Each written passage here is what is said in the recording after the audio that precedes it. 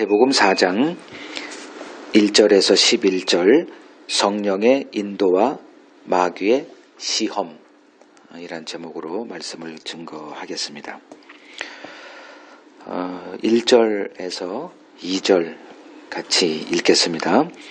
그때에 예수께서 성령에게 이끌리어 마귀에게 시험을 받으러 광야로 가사 40일을 밤낮으로 금식하신 후에 줄이신지라. 자, 여기서 1절에 이제 그때 우리가 지금 마태복음을 이제 계속 1장부터 쭉 살펴왔기 때문에 그때라는 것은 이제 마태복음 3장 끝부분에 기록되어 있는 예수님이 세례를 받고 물 위에서 이렇게 올라오신 이후 그때를 말하는 거죠. 요거를 이렇게 설명하겠습니다. 예수님의 세례는 무슨 의미인가? 세례는 누구를 위해서 받는다 그랬죠? 죄인을 향해서 이렇게 죄인들이 세례를 받는 거예요. 그게 이제 세례 요한이 외쳤던 거고, 그러면 예수님이 죄인 된 우리와 한 몸이 되었을 때 이렇게 이제 바꿔서 말할 수 있죠. 그러니까 고린도후서 5장 21절을 보면 죄를 알지도 못하는 이를 우리를 대신하여 죄로 삼으셨다. 이렇게 이해해도 될 겁니다. 이때 성령이 예수의 삶을 이끌기 시작하십니다. 그러니까 예수님의 삶은 성령의 인도하심에 맡겨진 삶이었다는 것을 우리가 알 수가 있습니다. 그럼 신자의 삶은 어떤 것이냐? 신자의 삶은 예수님의 삶과 연합된 삶이기 때문에 예수님의 삶이 곧 우리들의 삶이다. 이렇게 보시면 됩니다. 그러면 예수님의 삶이 성령에게 맡겨진 삶, 성령의 인도하심에 맡긴 삶이었다면 우리들의 삶 역시 성령의 인도하심에 맡긴 삶이겠구나. 이 정도는 우리가 인식을 하고 이제 신앙생활을 해야 될 것입니다. 로마서 8장 9절을 보시죠. 로마서 8장 9절을 보면 만일 너희 속에 하나님의 영이 거하시면 너희가 육신에 있지 않고 영에 있나니 누구든지 그리스도의 영이 없으면 그리스도의 사람이 아니다. 그리스도인, 우리가 흔히 말하는 신자란 하나님의 영을 받은 사람. 그러면 하나님의 영이 뭐 하시죠? 이끄시잖아요. 하나님의 영이 우리를 이끄십니다. 이걸 신자다 이렇게 얘기를 해요. 이것이 없다 그러면 이거는 그냥 교회만 다니는 사람, 가짜 신자 이렇게 보시면 되죠.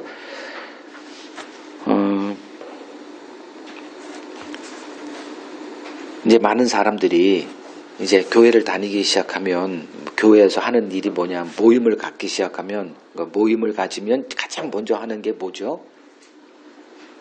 기도죠. 그러니까 찬송을 좀 이렇게 부르고 마음을 좀 뜨겁게 하고 그 다음에 뭘 받기 위해서 기도하죠?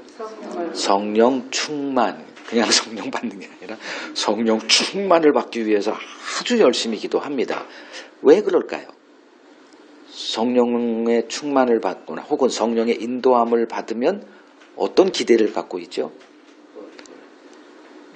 응? 더 나아진 삶이 보장될 거라는 막연한 기대 때문에, 그렇죠? 혹은 무슨 신비한 능력을 받아서 우리가 꿈꾸는 교회가 꿈꾸는 계획이라든가 내가 꿈꾸는 어떤 꿈을 성령의 도우심으로 이루어지지 않을까라는 그 막연한 기대로 모이면 성령 충만을 받기 위해서 얼마나 열심히 기도합니까? 자, 오늘 본문을 보세요. 과연 성령의 인도함을 받으면 우리가 기대하는 그러한 삶의 현실이 전개가 되더냐? 자, 성령의 인도함이 이제 예수님에게 시작이 됩니다. 어떤 예수님이 그러면 어떤 삶을 살게 되죠? 당장 예수께서 성령에게 이끌려 더 나은 삶으로 뭐 예루살렘으로 이사를 갔다든가 그게 아니라 어디로? 마귀에게 시험을 받으러 어디로 가? 광야로 가요. 그 광야에서 뭐 했다? 2절에 40일을 밤낮 금식하신 후에 뭐 4일도 아니에요. 40일을 아무것도 먹지 않는 삶의 환경으로 성령이 예수를 이끌어갔죠. 그래서 어떻게 됐다? 결국 배고파 죽겠더라. 자, 이게 성령의 인도하심을 받는 삶입니다. 그러니까 성령 충만함을 받자 좋아요. 근데 성령 충만함을 받으면 어떤 삶으로 갈 것이다? 이러한 삶으로 갈 것이다. 는 알고나 구하자는 거예요. 하나님께서 애굽에 종살이하고 있던 이스라엘 백성들을 건져내신 후에 그들은 이제 너무 기뻤죠. 그리고 홍해를 건너면서 자기들을 쫓아오는 애굽 군사들을 수장시키는 것을 보고 환호하고 얼마나 이제 장밋빛 미래를 꿈꿨을까요? 근데 성경이 증거하고 있는 애굽에서 나온 이후에 그들의 삶은 광야죠. 그래서 광야에서 그들이 한 일이라고는 원망과 불평을 쏟아내는 삶밖에 없었어요. 그게 하나님이 이제 그들을 인도하신, 지금은 이제 성령의 인도하심. 그때는 하나님이 이제 그 지도자를 세워서 그 지도자를 통해서 그들을 이끌으셨는데, 이제 지금은 아예 우리 안에 오셔서 우리의 상상을 이렇게 우리의 모든 것을 이렇게 인도하셔서, 그러니까 뭐라 그럴까, 장악하셔가지고 우리의 의지와는 다르게 성령께서 우리의 삶을 이렇게 인도해요. 지금 우리가 이 모임 갖는 것도 우리가 의도한 것 하나도 없습니다. 네, 이러한 것을 이제 성령의 인도함에 맡긴 삶이다. 이제 이렇게 얘기를 하는 거예요. 그 성령은 우리에게 이렇게 오셔서 우리의 삶을 이제 개입하시고 뭐 간섭하시는데 하시는 일이 무엇이냐 다시 한번 확인하면 갈라디아서 5장 17절로 갑니다. 갈라디아서 5장 17절. 성령이 우리 안에 오셔서 어떤 싸움을 하신대요. 누구와 싸우더냐? 우리와 싸우신대. 이건 우리가 기대하는 게 아니죠. 우리를 도와줘야지. 근데 성령은 우리의 이렇게 말해야 되겠죠. 우리의 옛사람과 싸우는 일을 하는데 이렇게 표현합니다. 육체의 소욕은 성령을 거스리고 성령은 뭘 거스려? 육체. 그러니까 죄 아래 놓여 있는 인간을 육체 이렇게 표현하는 거예요. 이 고기 덩어리 육체를 말하는 게 아니고 이게 무슨 의지가 있어서 뭘 싸워요. 그러니까 그 육신이 된 인간, 그걸 옛사람 이렇게 표현해요. 그러니까 성령이 오셔서 누구와 싸우더라? 우리의 옛사람과 싸우더라. 그래서 우리가 원하는 것을 하지 못하게 하고자. 그러니까 성령 충만 받으면 우리가 원하는 것이 오는 게 아니라 우리가 원하는 것을 얻지 못하게 하고 있던 것도 빼앗아 간다. 요런 기본적인 것은 좀 알고 이제 신앙생활을 해야 할 것입니다. 자, 예수님을 이제 광야로 보내서 40일 금식하게 해서 그렇게 굶어 아주 그냥 거의 40일 금식해 본 사람은 아마 여긴 없죠. 저를 비롯해서. 그 웬만한 사람 의지가 강하지 않고는 40일 도전 못합니다. 거의 뭐 잘못했다가는 평생 지병을 앓아가지고 이제 위장병 앓고 이렇게 해요. 뭐 간혹 가다가 이렇게 의지가 좀 세서 이런 걸 도전하는 사람이 있습니다만은 그걸 하라고 하는 게 아니고 지금 이렇게 굶주리고 이렇게까지 이렇게 성령께서 예수를 인도한 이유가 뭘까? 이걸 우리가 찾아봐야 되겠죠. 바로 이제 굶주린 이후에 어떤 일이 벌어지냐면 마귀가 찾아오잖아요. 그래서 1절에 마귀에게 시험을 받게 하고자 성령이 예수를 어디로 보내? 예루살렘으로 보낸 게 아니라 광야로 보냈다는 거예요. 그러면 그 예수님을 광야로 보내서 마귀의 시험에 직면하게 하신 성령의 의도는 무엇이었을까? 그 요한일서 3장 8절을 보면 예수님께서 이 땅에 오신 것은 마귀의 일을 멸하러 오셨다라고 기록을 해요. 그럼 마귀를 멸하러 왔다 하는 거, 이걸 그냥 문자적으로 보면 마귀가 지금 있어야 돼요, 없어야 돼요? 진멸돼서 이 지구상에 마귀가 있으면 안 되는 거죠. 근데 지금 성경을 보면 마귀가 우는 사자와 같이 너희를 뭐 삼킬 자를 찾고 뭐 이런 것들이 보면 예수님이 승천하시는 한참 뒤에 사도들이 쓴 걸 보면, 그리고 이제 뭐 다른 성경 구절로 보면 마귀를 대적하라. 그러면 마귀가 있다 없다? 지금도 여전히 활동하고 있다. 그의 활동이 뭐 쭈그러드는 것도 아니고 여전히 그냥 하고 있어요. 그럼 예수님이 이 땅에 마귀의 일을 멸하러 왔다. 그러니까 마귀를 멸하는 게 아니라 마귀의 일을 멸하러 왔다. 그러면 이게 뭘까? 요거 연결을 다 시켜야 되니까 여기서는 그런 말하고 저기서는 그런 말하고 이렇게 성경을 해석하면 안 되는 거죠. 그러면 그 예수님이 마귀의 일을 멸하러, 그러면 마귀의 일을 멸하러, 그러면 마귀는 이 세상에 보입니까? 안 보입니까? 그러면 어떻게 표현할 수 있어요? 마귀는 이 세상에 있다 없다? 있는데 없다죠. 그죠? 자, 코로나가 있습니까? 없습니까?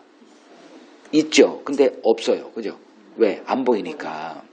그 초기에 코로나 때문에 우리가 이건 역대 이런 바이러스는 도무지 뭐 처음 봤어요. 뭐 인간의 통제가 안 돼. 그래가지고 초기에는 뭐 무방비 상태로 당할 수밖에 없었잖아요. 왜? 적을 모르니까. 이거 뭔지는 모르는 거예요. 그 선진국들도 백신 만드는데 거의 1년 반인가를 소비를 했어요. 그거 하나 발견하면 떼부자 되는 건 뭐 따놓은 당산이죠. 전 세계가 다 그냥 하루에 몇십만 명씩 죽어가고 있는데 그 백신 하나 만들어 놓으면 얼마나 많은 투자를 했을까요? 똑똑한 사람들 다 불러 모아서. 근데 초기에는 대응책을 못 찾으니까 무방비로 질 수밖에 없었던 거죠. 그러면 예수님이 지금 등장하자마자 어떤 일이 벌어지더라? 마귀가 등장하더라. 구약에는 마귀는 등장도 안 해요. 우리는 구약에 마귀 있었죠. 어떻게 등장을 해요? 예를 들면 창세기 3장에 마귀로 뭐 등장합니까? 뭐로 이렇게 몸을 씌워서 등장합니까? 그러니까 위장술의 달인이죠, 그죠? 마귀가 제일 싫어하는 게 뭘까요? 자기 정체가 드러나는 것보다 하는 것을 가장 싫어해요, 마귀는. 그래서 항상 이렇게 하는 거예요. 사기꾼이 제일 두려워하는 게 뭐예요? 자기 정체가 드러나는 거죠. 그래서 예수님도 거짓 선지자를 삼가라. 뭘 입고 나와? 양의 옷을 입고 나오나 속은 늑타라는 이 일이다. 그러니까 마귀가 하는 일은 뻔해요. 우리가 환영할 만한 옷을 입고 등장합니다. 근데 사도는, 예수님은 왜 미움을 받았을까? 그런 짓을 안 하니까. 그거를 이제 우리가 분별해야 돼요. 요새 보이스피싱 때문에 이제 계속 이게 뜨더라고요. 제목이 이래. 당신은 보이스피싱을 과연 분별할 수 있나요? 뭐 이 정도로. 그러니까 보통 나이 7, 80대에서 이렇게 가장 많이 속지 않을까? 아니래요. 제일 젊은 애들이 제일 많이 속는데, 퍼센테이지를 보면. 그 젊은이들이 아이고, 노인들 이렇게 할, 그게 아니라는 거예요. 통계치가. 젊은이들도 훅 당한다는 거예요. 그 똑똑한 변호사, 의사들도 당한 퍼센테이지 똑같대. 하물며 보이지도 않는 영물인 마귀가 우리를 속이고자 하면 당할 수밖에 없다는 거죠. 그 일을 예수님이 하시는 거예요. 자기가 몸소 코로나 바이러스를 직면해서 그 징후가 어떻게 나타나고 그놈의 실체가 어떤 거를 직접 주님이 사역하시기 공생의 시작 전에 아예 마귀와 일전을 벌이시면서 마귀가 어떻게 이 세상을 미혹하면서 세상 임금으로 군림하고 있는지를 보여주신 겁니다. 3가지 시험을 통해서. 좀 이해되셨죠? 그러니까 마귀는 항상 다른 것, 우리가 환영할 수밖에 없을 그런 옷을 입고 등장하더라. 그래서 고린도후서 11장을 보면 광명한 천사의 모습으로 등장하더라. 이걸 어떻게 분별합니까? 그러니까 순진함은 우리의 적이다. 저 사람 참 순진해. 이거는 우리가 들어서는 안 되는 소리예요. 주님이 우리에게 가르쳐줬기 때문에 그래요. 요 사건은 사람들이 참 애매합니다. 이게 뭐 어떻게 된 사건이야? 이 사건에 증인이 없죠. 그럼 어떻게 이걸 여기다 마태는 기록을 했죠? 예수님이 얘기를 했으니까. 이걸 예수님이 침묵하면 안 되잖아요. 예수님은 이거 사탄에게 지실 분이 아니잖아요. 이 일을 왜 겪었냐, 이런 것을 이렇게 하면서 그 일을 우리에게 알려주기 위해서. 그러니까 제자들이 그 얘기를 어디선가 들었겠죠. 그래서 그걸 기록을 한 거고. 그러니까 마태가 적었으니 그걸 또 누가복음 또 쓸 이유도 없고. 누가복음은 또 누가복음 버전으로 또 해놨죠. 요한복음은 없죠. 마가복음도 없죠. 이렇게. 자, 이제 본문은 마귀가 예수님을 3번 시험하는 내용이죠. 그러니까 적을 알지 못하면 싸울 수가 없잖아요. 근데 주님께서 친히 마귀에게 시험을 받으심으로 마귀가 사람들을 어떻게 미혹하여 세상을 다스리고 있는지를 우리에게 알려주시고 있는 거죠. 그러니까 마귀의 전략이 노출된 이상 이제 우리는 마귀를 대적할 수 있게 된 겁니다. 그러니까 마귀와의 대결은 육에 속한 게 아니구나. 그래서 이거를 영에 속한 싸움이다. 이제 이렇게 얘기를 합니다. 에베소서 6장을 가보세요. 에베소서 6장 12절. 우리의 씨름은 싸움을 말해요. 우리의 씨름은 혈과 육을 상대하는 게 아니다. 그러니까 이런 우리들의 동료, 사람들, 이런 싸움이 아니라 통치자들, 권세들, 이 어둠의 세상 주관자들과 하늘에 있는 악의 영들을 상대함이라.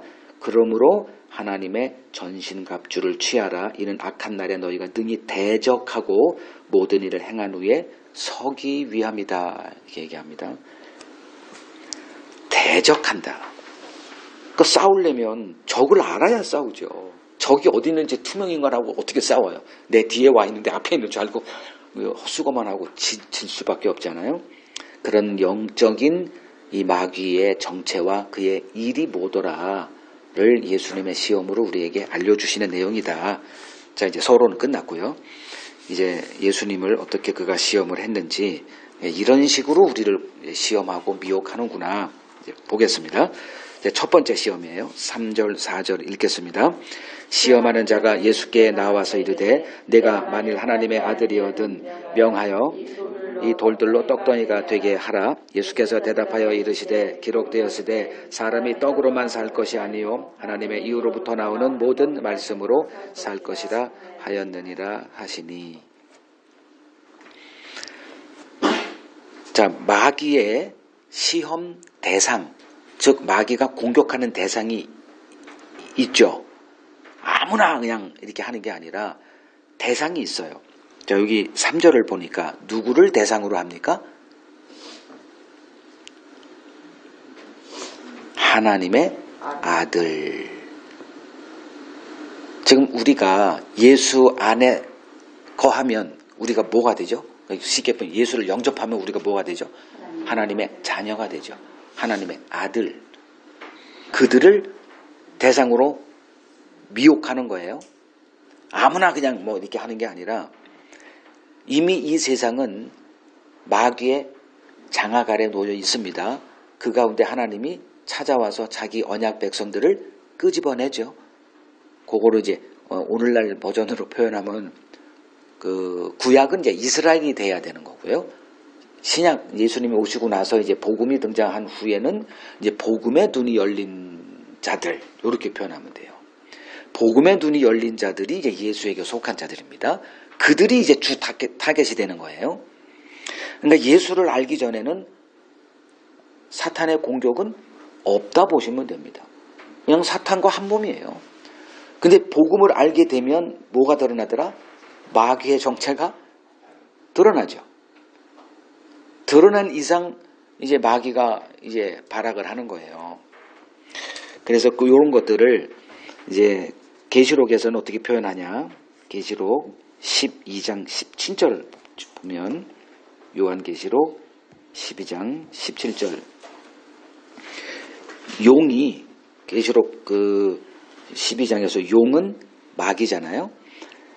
마귀가 여자에게 분노하여 돌아가서 그 여자의 남은 자손, 곧 하나님의 계명을 지키며 예수의 증거를 가진 자들, 요들이 누구냐? 복음의 눈이 열린 사람들이에요. 그들과 더불어 싸우려고 바다 모래 위에 서 있더라. 대상이 누구다? 예수의 속한 자들. 그러니까 복음의 눈이 열렸다, 이 얘기는 예수의 속한 자가 됐다, 이게 같은 말인데, 뭐 어떻게 이해하시든 쉽게 그냥 복음의 눈이 열리는 자들을 이제 가만두지 않습니다. 그래서 마귀가 하는 일이 뭐냐 하면, 이 세상의 그 복음 진리를 이렇게 가리는 일이 그의 뭐 목숨을 건, 사활을 건 전쟁이다, 사탄에게. 자, 첫 시험이 뭐냐면, 내가 만일 하나님의 아들이거든 왜 지금 뭐하고 있어, 이제 이런 얘기 아니에요. 지금 뭐하고 있어요? 예수는 굶어 죽기 직전이에요. 왜 이렇게 미련하게 살아? 너 하나님의 아들이라면서. 전제가 뭐예요? 하나님의 아들이면 하나님이 뭐 해준다? 필요를 채울 것 아니냐. 왜 이렇게 가난하게 살아? 너 진짜 하나님의 자녀 맞아? 이 질문에 우리가 계속 직면하잖아요. 그러니까 이제 이런 실용적인 것에 이렇게 직면했을 때 뭔 얘기가 나오냐면, 신자는 가난하게 사는 게 죄다. 그죠? 내가 가난하면 하나님을 모독하는 거라 생각. 하나님이 찌질한 하나님이 되잖아요. 그럼 어떻게 해야 돼요? 가난하면 안 되죠. 그죠? 신자는 가난하면 안 돼요. 하나님을 욕되게 하는 거예요. 자녀들이 가난하면, 잘 안 되면 누구를 욕되게 한다고 그러죠? 부모 욕되게 한다고 그러죠. 그러니까 이런 시험이에요. 이 시험을 사람들이 분별할까요? 다 넘어가지 않겠어요? 돌을 떡이 되게 해라. 하나님이 그렇게 하시는 분이야. 지금 너희들 길이 없지. 하나님을 믿는다면서. 그리고 하나님의 자녀가 됐다면서. 그럼 당신의 아버님, 저 하늘에 계신 아버지께서 뭐 하고 계시냐? 그럼 뭐 참 궁색하죠, 답하기가. 지금 예수님의 처지가 딱 그거예요. 하나님의 아들이에요. 진짜 하나님의 아들이에요. 근데 드러난 그 예수님의 모습은 어때요? 밥도 못 먹고 굶어 죽게 생겼다니까. 너무 딱해요. 그때 이제 마귀가 시험하는 게, 돌을 떡되게 해. 하나님이 그렇게 하실 수 있잖아. 광야에서 뭐 했어? 하늘의 만나로 채웠잖아. 이런 속삭임. 또 물 없을 때 뭘 쳐서 물이 나오게 했어? 물이 나올 수 없는 바위를 쳐서 나오게 했잖아. 그게 너희가 섬기는 하나님 아버지라면서 왜 그렇게 살아? 답해봐. 이게 마귀의 시험이에요. 근데 배고파하고 가난한 처지에 놓인 사람에게 죄에서 구원하는 예수가 필요 있을까요? 누가 떠오릅니까? 요 얘기하면 우리나라 최대 성도를 가진 교회 목사님, 조용기 목사. 조용기 목사가 가난한, 거기에 이제 여의도 광장 아무것도 없는 옛날에 거기에 천막 치고 할 때 가난한 자들, 병자들 많이 몰려왔습니다. 그가 이제 죄에서 구원하는 예수를 전하려고 하다가 막상 가난에 쩌들러 있는 사람들에게 그게 뭔 의미가 있냐. 지금이 지옥인데 여기서 구원하자. 그래서 한 게 이제 축복의 복음이잖아요. 오중 복음을 얘기하고 질병에서 고쳐주고 가난한 사람 부자 되게 하자. 그래서 이제 몇 년 전에 돌아가셨죠. 그때 마지막 설교 뭐 어딘가에 그게 있더라고. 가슴을 치면서 내가 하나님 앞에 정말 죄송한 거는 더 많은 병자를 고치지 못하고 더 많은 가난한 사람을 부자 되지 못하게 한 게 너무나 하나님 앞에 죄송스럽다. 이런 얘기를 하더라고요.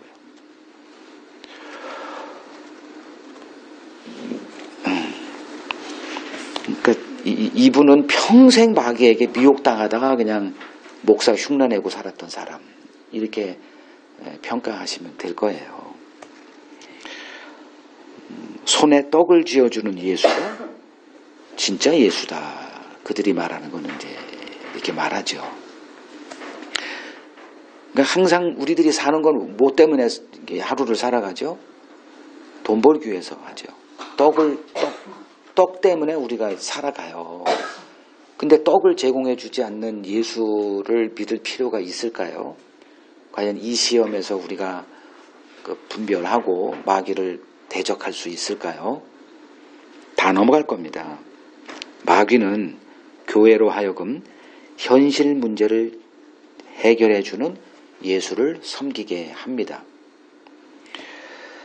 불행에서 건져주는 예수, 이것이 이제 마귀가 세상에 내세우는 그리스도입니다. 그러니까 육신의 떡을 기대하죠. 그 요한복음 6장에서 예수님이 오병이어 기적을 할 때 그 예수를 강제로라도 임금 삼고자 하는 이 촌극이 벌어진 거예요. 그리고서 이제 예수님이 도망갔죠. 제자들도 빨리 저들에게서 도망가라. 이제 다음날 일어나 보니까 예수님이 사라져 버렸네? 포기 못하죠. 아니, 오병이어 기적은 이거는 그들에게는 너무나 달콤한 거예요. 어린애 도시락 하나로 거의 2만 명을 먹이고도 12광주리가 남겼다? 이 예수를 포기를 못합니다. 그래서 쫓아가죠. 그때 예수님이 뭐라 그래요? 너희가 나를 쫓아온 거는 그 육신의 떡 먹고 배불렀기 때문 아니냐. 표적을 이해하고 따라온 게 아니다. 그래서 하늘의 양식을 구하라 이렇게 얘기를 하죠. 영생하도록 있는 음식을 구하라. 이게 무슨 소리인지 알아먹지를 못해요. 그럼 네가 그리스도냐? 그러면 모세보다 네가 더 세? 모세는 40년 동안 하늘의 양식으로 우리를 채웠는데 그것보다 더 해? 그러니까 예수님이 내 살을 먹고 내 피를 마셔. 그러면 생명의 주 영생을 얻게 될 거야. 하나도 못 알아들어요. 그리고 이러한 예수는 우리가 따를 필요 없다. 666이 나와요. 요한복음 6장 66절. 예수를 다 버리고 떠났더라. 이 시험을 이길 수가 없어요. 우리는. 여러분들이 하루 고생하는, 이수원지 선생님 하루 고생하는 이유가 뭐예요? 떡 때문이잖아. 그 떡을 해서 뭐 가족 이기려고 저기 지금 입 벌리고 있는, 거기다 대고 죄에서 우리를 구원하러 오신 예수 얘기를 해봐. 지금 배고파가지고 입을 벌리고 있는. 그게 예수님이 이 땅에 오신 그 일을 하러 오셨다니까요. 얼마나 불쌍해. 그래서 버린 돌이 됐다니까 예수님은. 그러니까 버린 돌 된 예수를 믿지 않으면 가짜 예수를 믿는 거예요. 돌을 떡되게 하라는 이 마귀의 시험은 광야를 살아가는 우리들, 신자들이 매일 경험하는 시험이에요. 매일 직면해서 싸워야 되는 겁니다. 하루도 예외가 안 될 거예요. 그래서 광야를 알지 못하는 자들에게 이 시험은 없습니다. 그래서 주님께서 가난함이 복이다 이 선언을 하신 거예요. 지금 줄인 자가 복이 있다. 가난한 자가 복이 있다. 지금 우는 자가 복이 있다. 누가복음 6장에 가난이 복이라는 게 아니라 그 가난, 즉 광야가 뭘 우리에게 만들어주니까, 믿음의 사람으로 만들어주니까, 광야에서만 믿음의 양육이 되어져요. 그래서 세례 요한을 광야로 보내서 광야로 나오는 자만이 하나님의 말씀을 듣게 한 거예요. 지난주에 얘기했던 거죠. 먹고 사는 생존의 일은 주님이 책임져 준다. 이걸 믿음이다 이렇게 얘기를 해요. 근데 이게 믿어지나? 그냥 매번 이 생존의 문제 앞에 우리는 굴복하고 주님도 이렇게 하세요. 주님의 일을 쭉 보니까 항상 벼랑 끝 전술을 하더라고요. 아주 애를 골게 만들어 정말. 그 벼랑 끝에서 그냥 어떻게 절벽에 딱 서가지고 나중에 죽었다 하는데 거기에 또 하나 길이 있고 이제 이런 식으로 하시더라고요. 자, 첫 번째 시험, 육신의 떡이구나. 육신의 떡으로 갖다 들이대는데 이걸 이길 자가 누가 있냐. 직업 뭐 다 그런 것들이죠. 두 번째 시험 봅니다. 5절에서 7절 읽겠습니다. 이에 마귀가 예수를 거룩한 성으로 데려다가 성전 꼭대기에 세우고 이르되 네가 만일 하나님의 아들이어든 뛰어내리라 기록되었으되 그가 너희를 위하여 그의 사자들을 명하시리니 그들이 손으로 너를 받들어 발이 돌에 부딪히지 않게 하리로다 하였느니라. 예수께서 이르시되 또 기록되었으되 주 너의 하나님을 시험하지 말라 하였느니라 하시니. 갑자기 예수를 거룩한 성, 예루살렘 성 거기를 말하죠. 예루살렘 성전 꼭대기에 이렇게 세우 다음에 또 얘기하죠. 내가 만일 하나님의 아들이거든. 자꾸 하나님의 아들. 이렇게 하나님의 아들 아니냐 너희. 그래놓고 이제 이런 거를 요구를 해요. 하나님의 아들이잖아. 그러면 떠내려. 뛰어내리면 하나님이 너를 위하여 천사를 보내서 너 그 떨어지기 전에 잡아 보호해 줄 거 아니냐. 자꾸 이런 것들을 이제 시험을 합니다. 그때 예수님이 기록되었으되 주 너희 하나님 시험하지 마. 자, 여기서 이제 7절 주 너희 하나님을 시험하지 말라. 근데 이렇게 한 게 아니라 기록되었으되 그럼 어디서 인용을 했다는 거잖아요. 그럼 그게 어디 인용이냐? 신명기 6장 16절에 마사의 교훈, 마사. 이걸 출애굽기에서 우리가 배운 거죠. 애굽에서 이제 나와서 광야로 들어갔을 때 그 물을 먹질 못해.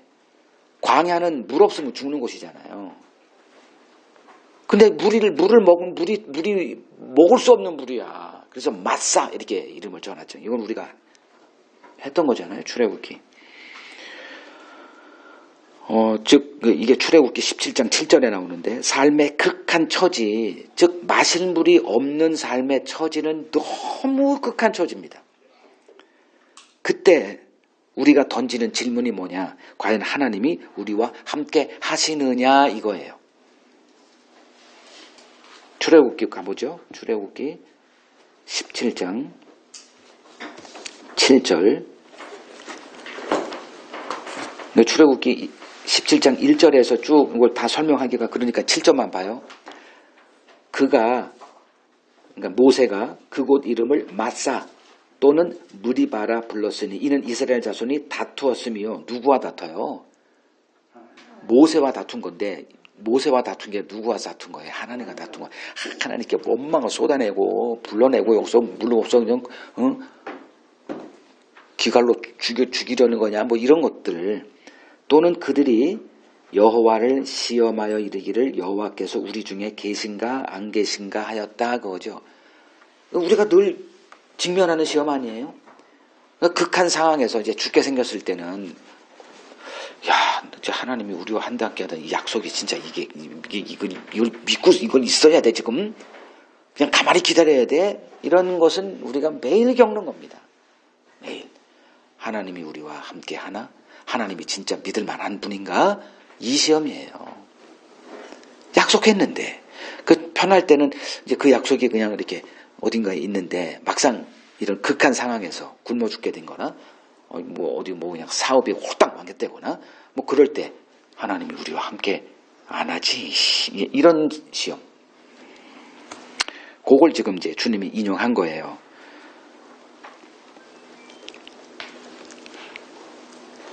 주 너의 하나님을 시험하지 말라.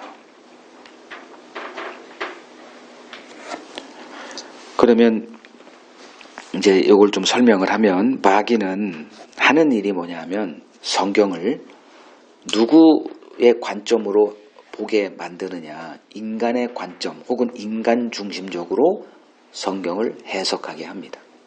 지금 여기서 하나님의 아들이거든 성전에서 뛰어내려 그러면 너를 위해 사자들이 하나님이 천사를 보내서 보호해 줄 거야.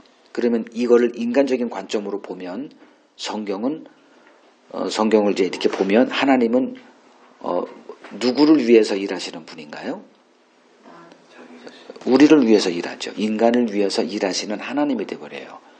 그러면 이제 알라딘의 요술램프에서 등장하는 지니로 하나님이 전락이 되죠. 근데 성경을 자세히 여러분들이 보다 보면 하나님이 뭐라고 자기를 표현하냐면 나는 나를 위해서 일한다. 내 영광을 위해서 일한다. 그 부산물이 우리의 구원이에요. 근데 우리는 하나님은 우리 편이야 라는 말을 그냥 명제를 삼아버려요. 하나님은 하나님 편이에요. 이게 이제 여호수아가 여리고를 무너뜨려야 되는데 여리고 성을 어떻게 할 수가 없어. 너무 강해. 그때 이제 고민하고 있을 때 누가 나타나요? 웬 칼찬 병사가 나타나죠. 그때 여호수아가 우리 편이냐 여리고 편이냐 이렇게 물었을 때 너희 편도 아니고 거기 편도 아니고 나는 여호와의 군대 장관으로 왔다. 이거예요. 그 하나님 편이에요. 그 하나님 편에 너희가 설래? 이거죠. 근데 우리는 하나님 우리 편이어야죠.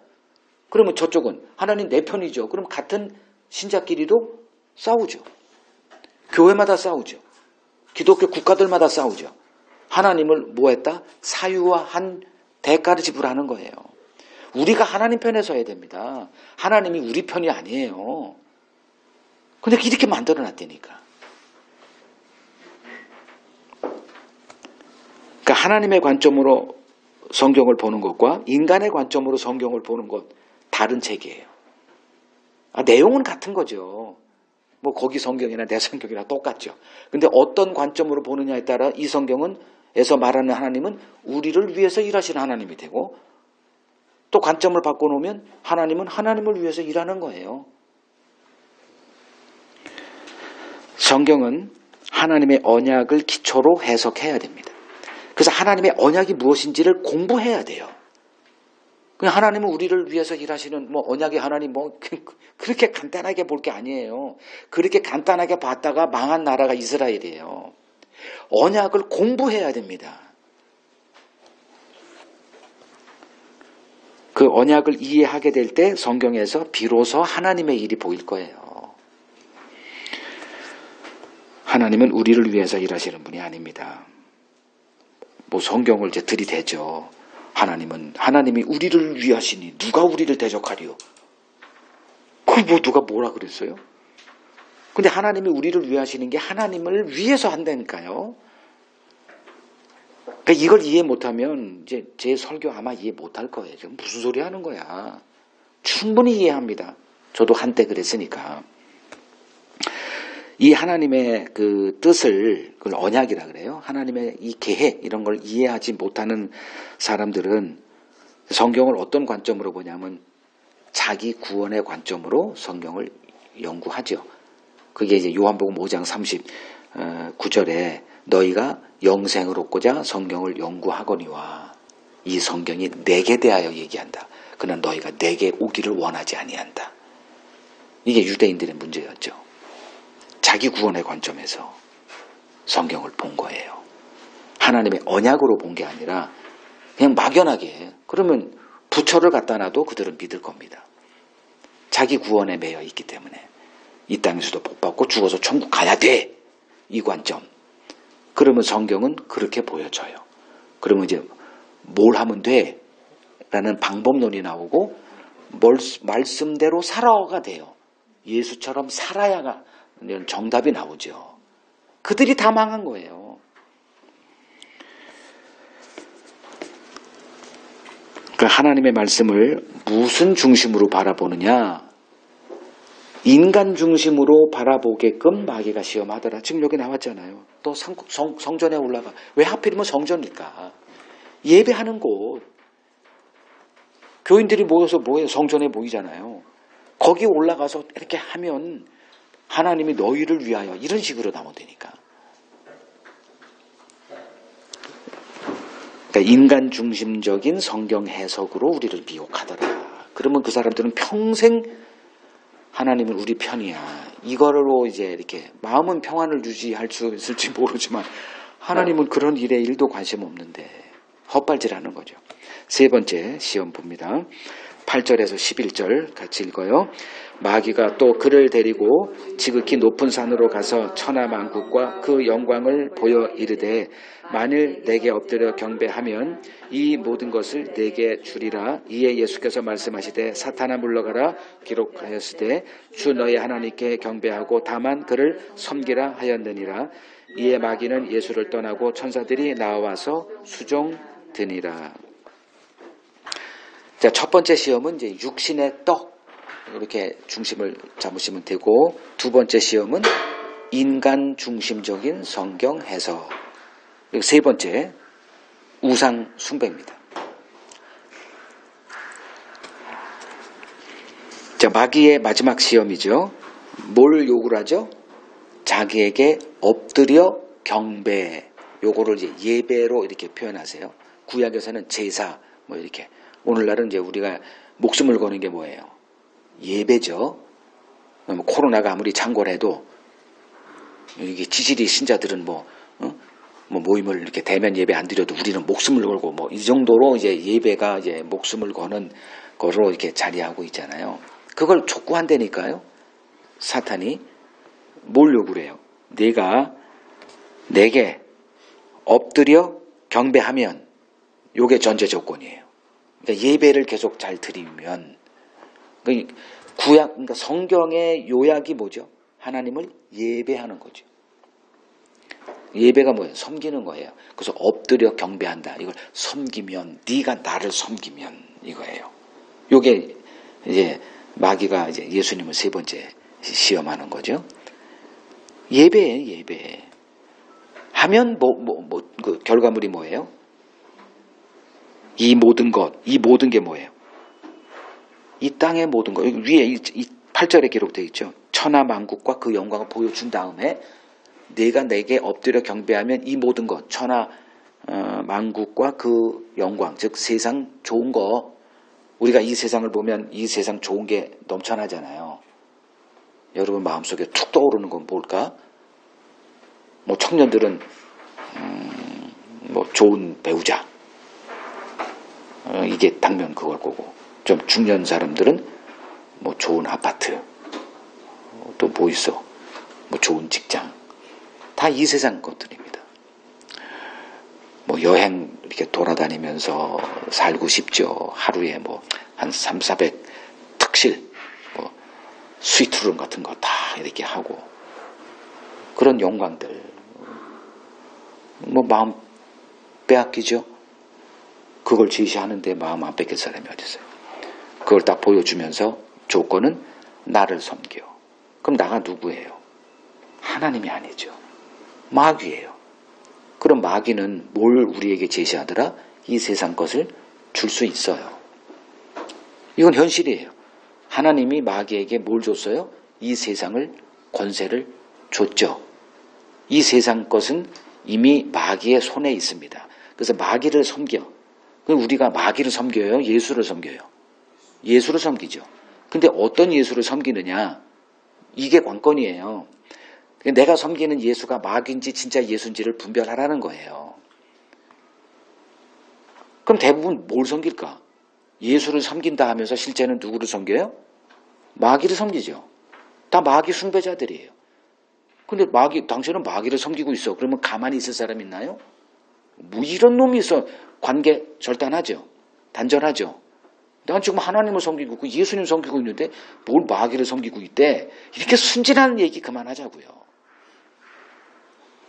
다른 예수가 존재한다니까요. 나 복음 알아. 그렇게 순진한 얘기 이제 그만하고. 뭐가 존재한다? 다른 복음이 존재한다. 나 성령 받았어. 그런 순진한 얘기 그만하고 다른 영이 존재한다. 이쯤에서 이제 이걸 알아야 순진병에서 벗어나서 뭐와 대적할 수 있는 자가 되더라? 마귀와 대적할 수 있는 자가 되더라. 그래서 분별하라는 거죠.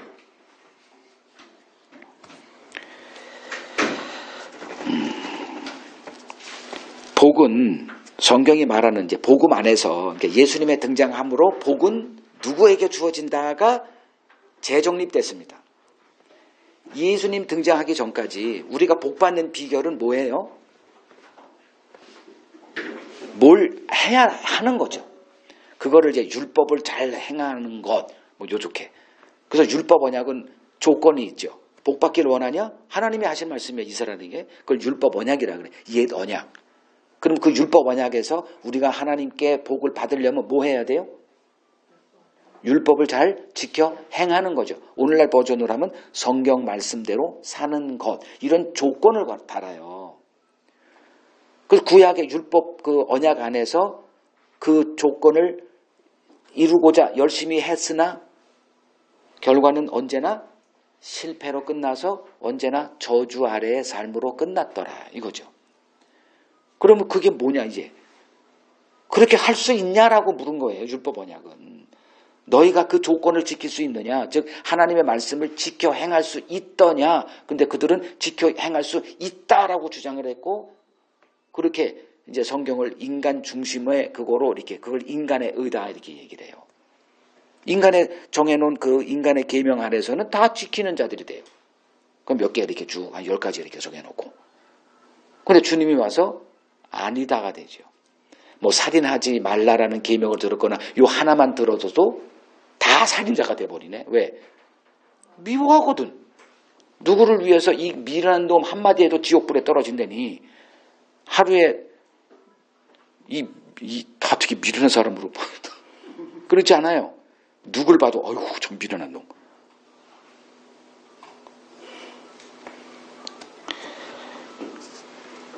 조건을 걸어요. 사탄은 항상 이거 하면 복받아. 근데 예수님이 오셔서 한 게 믿으면 복받는 거예요. 믿음은 행위의 반대급부의 반대. 행위로 구원 못 받으니 행위로 복받을 수 없으니 날 믿고 내 안에서 하늘의 복 그냥 누려. 이게 은혜의 복음입니다. 그냥 거저주는 거예요. 근데 이게 우리한테 안 맞잖아요. 그건 뭐 좀 이상해. 뭘 해야 얻어지는 이 길들여진 것들이 은혜의 복음하고 이게 맞지 않는 거예요. 그냥 거저주는 거예요. 그런 걸 우리가 용납하지 않죠. 뭐라도 좀 우리가 좀 복받을 만한 게 있어야 되지 않냐. 이게 사탄의 미혹이라니까요. 여기서 이겨낼 수 있을까요? 죄가 이단이에요. 이렇게 말하는 사람이. 그러니까 이걸 분별하시라고요. 조건 없다. 일하지 않는 자. 경건하지 않음에도 그 경건하지 않은 자들을 믿는 자들을 의롭다 하시는 그 하나님을 믿는 자를 의롭게 하시는 요게 복음의 핵심이거든요. 이걸 뒤집어 놓은 거. 요것을 우상 숭배다 이렇게 얘기를 해요. 구약에서 말하는 우상 숭배는 출애굽기 20장 4절에 너희를 위하여 새긴 우상을 섬기지 말라. 너희를 위하여 하나님 섬기는 게 우상 숭배입니다. 우리는 그냥 하나님이 주시는 거 받아 누리면 되는데 이 은혜에서 우리는 나온 거죠. 그래서 내가 내 의로 복을 받아서 내가 천국의 주인이 되겠다. 하나님은 이들을 다 솎아서 마귀에게 예비된 그곳으로 다 같이 보내버립니다. 그래서 구약의 선지자들이 자꾸 이러한 우상 숭배에 빠져있는 그들에게 나타나서 외친 게 여호와를 알자. 힘써 여호와를 알자. 하나님은 변함이 없으시다. 약속하신 것 일정하게 우리에게 이른 비 늦은 비를 주시는 분이다. 근데 우리는 조건을 항상 달아요. 그런 복을 받으려면 뭘 해야 되지 않아. 요게 우상 숭배의 본질이에요. 하나님을 잘 섬겨서 하나님이 원하는 걸 해드려서 복받자. 이게 우상 숭배예요. 그런 하나님은 없다는 거예요. 예수의 등장으로 인간이 하나님을 잘 섬긴다고 해서 복받고 천국 가는 것이 아님을 드러나게 됩니다. 복음이 말하는 것은 인간의 의가 아닌 하나님의 의로우신 예수를 믿으라는 거예요. 그 예수 안에 속한 자들을 하나님이 의인 간주하시고 복 주십니다. 이게 복음의 핵심이에요. 그래서 하나님의 말씀을 잘 지켜 행함으로 천국의 주인이 될 것을 기대하고 있던 경건주의자 바리새인들이 예수를 적대했던 이유가 바로 이것입니다. 우리의 싸움은 육의 싸움이 아닌 영의 싸움입니다. 보이지 않는 영물인 마귀와의 싸움이에요. 오늘 예수님이 시험 받으시면서 마귀가 어떻게 이 세상을 미혹하는지 그 실상을 드러내셨습니다. 교회에게 이 비밀을 허락을 하셨습니다. 이제 마귀의 정체를 알고 그가 어떤 일을 하느냐 알고 있는 이상 우리는 마귀와 대적할 수 있는 하나님의 군대로 세워진 것입니다.